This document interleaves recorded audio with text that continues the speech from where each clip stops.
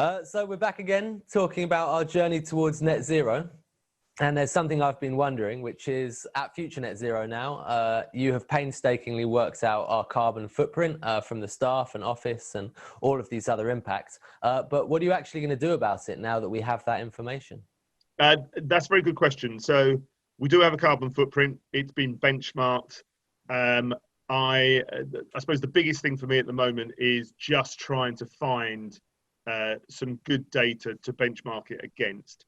I get the feeling that it's mainly larger companies that have reported. So I think we will be seen to be quite good just because we won't have, we're a small company.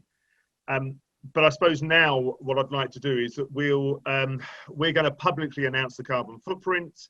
We'll put that on Future Net Zero. We'll do it on one of these calls as well. We then will have to look at the things that we can mitigate. Okay, so what are I suppose the low-lying fruit that we can do, and then sort of talk about that plan as well. So and probably I will want to put in some public pledge as to what we will do with our carbon footprint. How far we take it, over what time, etc.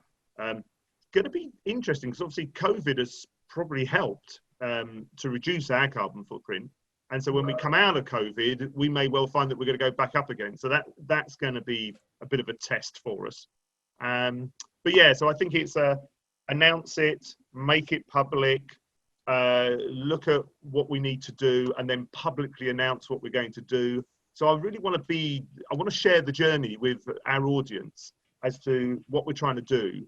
As I said, as I said on on a number of the interviews we do, we're beginning to get our customers asking us. So this is definitely the right thing to do. And I think this is going to be the same for other companies like us that are less sophisticated.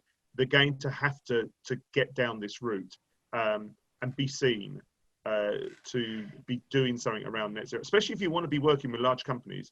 They're going to be asking you, what are you doing on your net zero journey? So we're there, we're starting, and we're moving to see how we can at least mitigate some of that. Looking at our carbon footprint, do I need to look at a travel policy for us? Things like we have a managed office. Effectively, it's looked after by a landlord.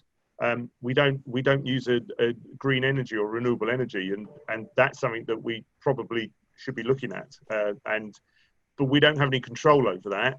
So it may be that I've got to go and harangue the landlord. He'll probably hate me for that, but that's maybe something we've got to do. We know that our infrastructure of our office is not great. It doesn't have double glazing. Can we get them to put in double glazing? Don't know. That's something that and it may be that we then as a business say, right, we believe that we should be doing that for the good of the planet. But again, we've got to survive. We're like other smaller companies. It's been a tough time, and we want to make sure that the company survives, so that we keep all of us in a job.